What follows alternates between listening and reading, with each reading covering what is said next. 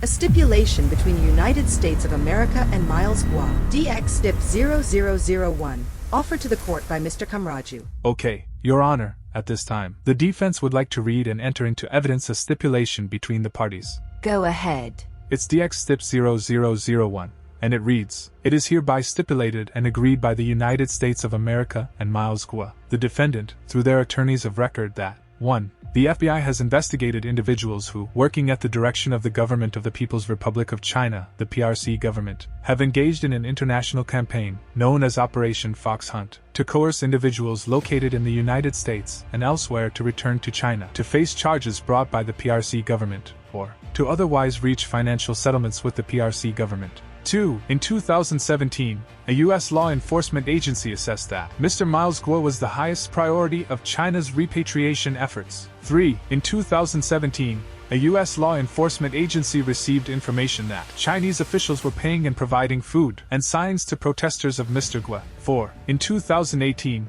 a U.S. law enforcement agency received information that the PRC government had established a special investigative group in China to manage China's investigation of and actions against Mr. Guo. 5. To carry out some of the objectives of Fox Hunt, in 2017, the PRC government tasked a specially designated group of operatives, the group, with discrediting and harassing individuals, including Mr. Guo, by using interactive computer services and electronic communication systems. The group is based out of the Beijing Municipal Public Security Bureau, at a facility in Beijing's Dongqing district. The group was previously referred to as the Cyber Investigation Team, and was later referred to as the 912 Special Project Working Group. The group's tactics aimed at Mr. Guo included using anonymized social media accounts operated by the group, and by pressuring U.S. social media companies to remove Mr. Guo and U.S.-based associates of Mr. Guo from social media platforms. These efforts were part of the PRC government's broader effort to prevent, disrupt, and harass Mr. Guo's use of social media and other online platforms,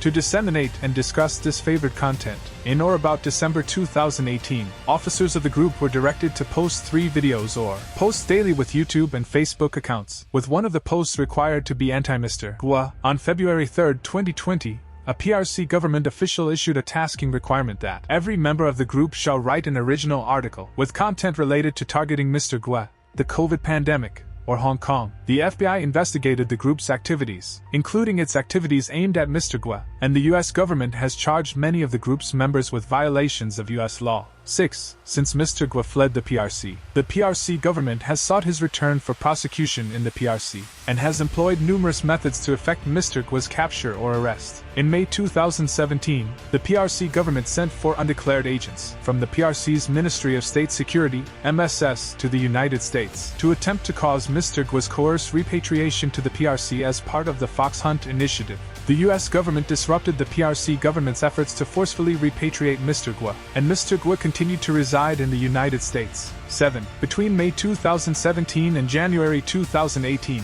at least 4 individuals, including George Higginbotham, Elliot Broidy, Nikki Lum Davis, and Prakazrel Michel, never disclosed that they were actually acting on behalf of foreign actors, including the PRC government, to lobby officials in the Trump administration, in an effort to cause Mr. Guo's extradition to China.